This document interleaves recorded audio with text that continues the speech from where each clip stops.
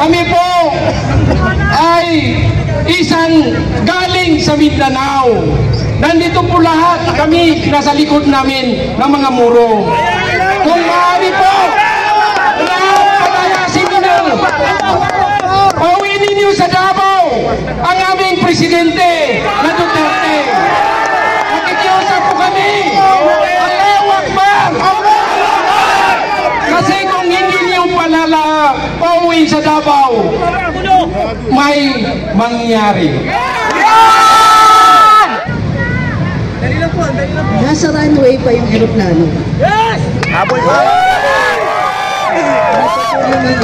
Pero nasa loob ang ating Pangulo. Dating Pangulo. Ang hirap ng dating Pangulo, no? Sa puso natin, siya pa rin. Duterte pa rin! Pinakamasasayang alaala, siya pa rin. Tandaan natin kung ano yung ginawa niya sa atin. At kung paano tayo binibigo ng administrasyon ngayon. Ito lang, pakaliit na nga ng kaligayahan natin. Hindi na nga nila pinansin yung problema sa pagkain. Hindi pinapansin yung problema sa kakulangan ng trabaho. Hindi pinapansin yung problema sa mga pinatigil na mga tren. Hindi pinapansin ang kahirapan ng buhay. Ang pagdami na naman ng krimen, ng droga sa kalye. Ang mga anak natin takot na naman maglakad sa kalye sa gabi. Bumalik na po ang holdapan. Cellphone snatching. Gabi lang o! Nakakapos lang, may namatay ng muli. Ang dami na naman po. Totoo yan, marami na. Ano ba naman yung protektahan nila tayo? Ay, opo. Opo. May gustong magsalita. Opo, tapusin lang po natin ito. Una, dasal. Pangalawa, magsalita, magpahayag. Pangatlo, pag nanawagan tayo ng malawakang kilos protesta, handa na po ba kayo?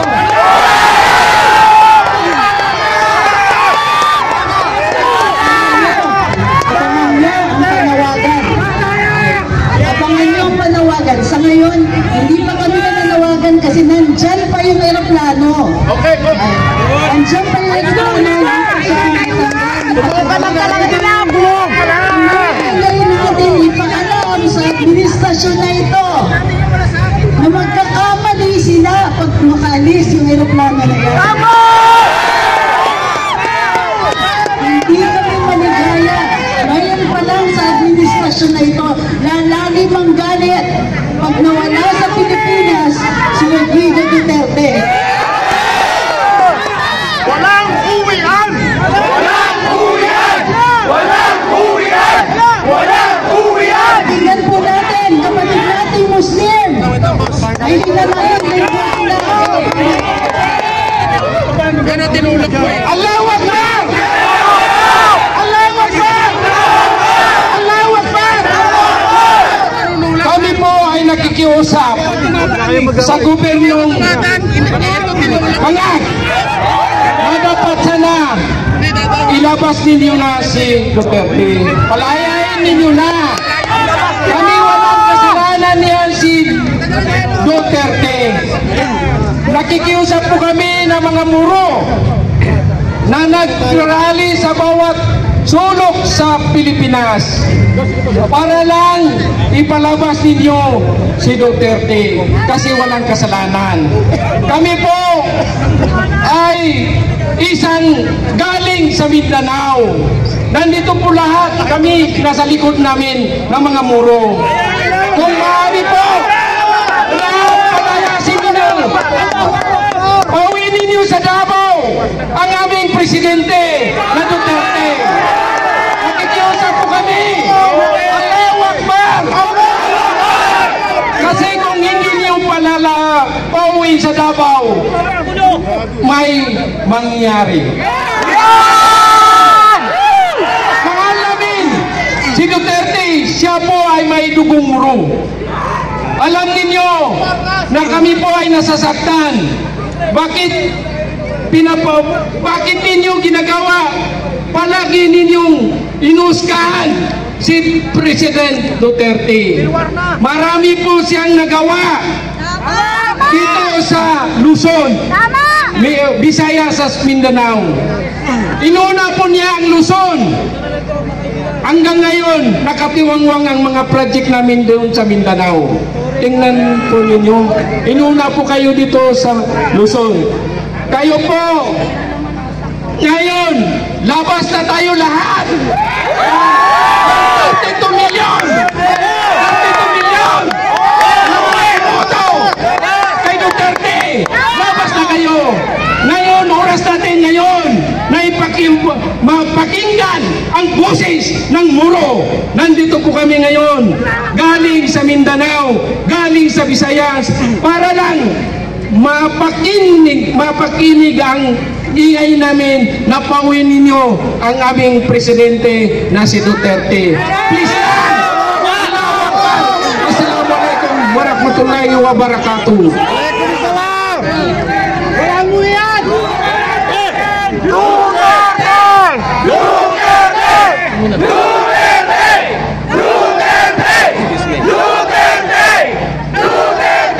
Ilabas ninyo! Duterte! Ito po si Chairman Ronald Cardema ng Duterte Youth Party List. Tayo po ay nananawagan sa ating mga kababayan dito sa Pasay, dito sa Metro Manila. Kung kayo po ay nagmamahal at sumusuporta sa ating Pangulo, samahan niyo po kami ngayong gabi dito po sa Gate 5 ng Villamor Air Base para maipakita ang pagmamahal at pagsuporta ng napakaraming Pilipino sa pinakamamahal na Pangulo ng Pilipinas, Rodrigo Duterte. Sa ating po mga kasamahang pulis, alam natin, minamahal rin nila si Pangulong Duterte. Dinoble ng Pangulong Rodrigo Duterte ang kanilang sweldo. Tinulungan sila sa paglaban sa mga terorista NPA. Kaya naiintindihan natin ang kanilang sitwasyon ngayon. Nandyan sila, pero kanina meron mga pulis na naiiyak dahil mahal rin nila si Pangulong Rodrigo Duterte.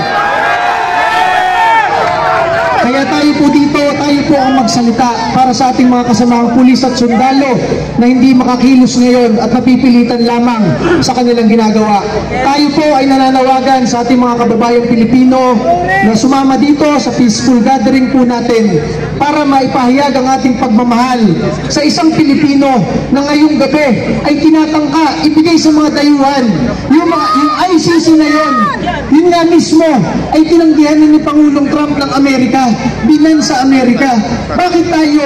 Ibinibigay pa natin mismo sa ICC ang isang kababayan natin. Hindi lang isang kababayan, isang Pilipino na naglingkod ng maayos, mahal na mahal ang bilyong-milyong Pilipino. Ang kaisa-isang presidente ng Pilipinas na tinulungan tayo labanan ng mga terorista at kriminal at terorista ng NPA sa ating bansa.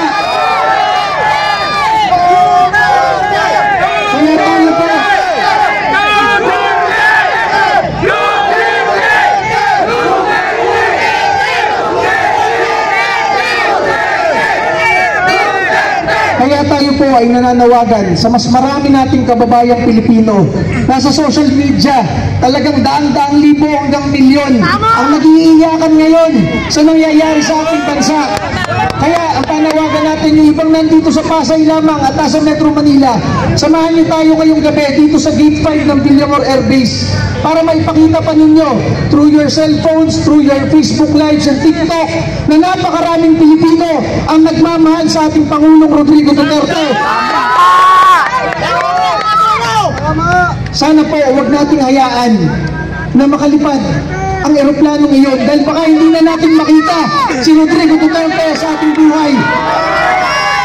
Sana po yung mga nagmamatsyag sa media ngayon, nasa na yung TRO, kung nakalipad na ba yung eroplano, sana po banggitin nyo dito sa unahan para tayo po ay organisado sa ating ginagawa ngayong gabi kung ano susunod nating hakbang. At tayo po ay nagpapahayag ng suporta sa ating pangalawang Pangulo Sara Duterte. Alam natin malungkot siya ngayon sa nangyayari. Pero ma'am, nandito ngayon ang maraming Pilipino, ang milyong-milyong Pilipino buong bansa, nagmamahal sa inyo at sa Pangulong Rodrigo Duterte, kahit nagpalimbingan ng mga senador at mga kongresista, ang mga Pilipino ay hindi mapalimbing.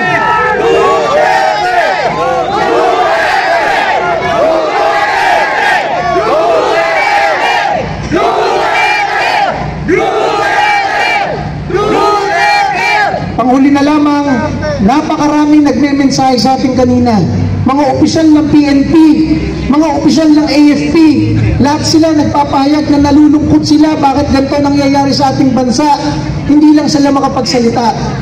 Ang ating Pangulong Rodrigo Duterte ngayon ay hawak ng PNP at nasa isang kampo ng AFP. Kaya ang masabi natin, sana po, samahan nyo kami dito sa isang peaceful gathering.